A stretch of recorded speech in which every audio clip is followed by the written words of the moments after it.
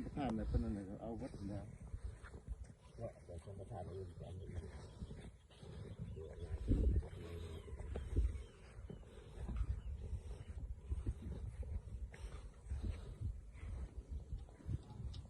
เขาต้องให้กินนะครับ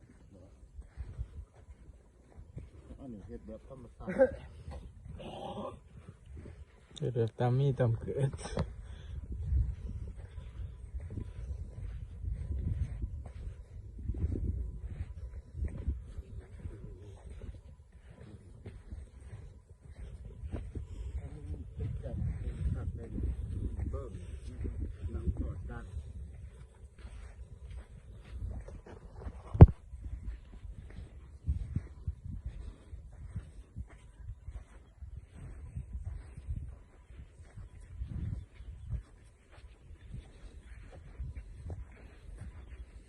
อู้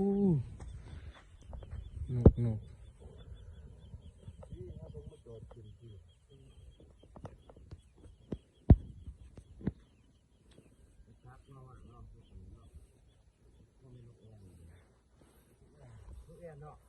โอ้ยปวดลูกเอียน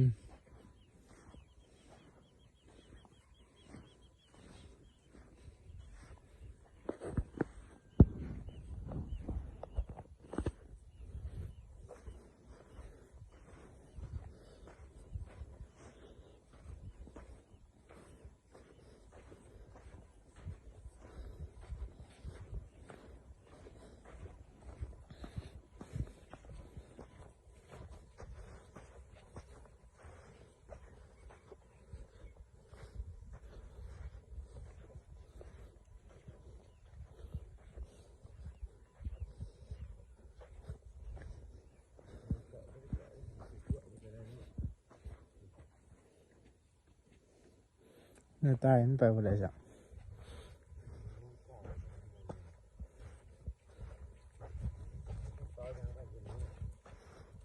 กินเปล่าที่มันย่ำตอน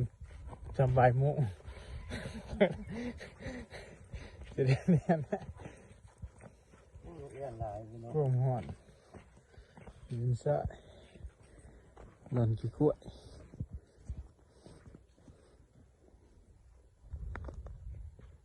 ความกว้างของหลอน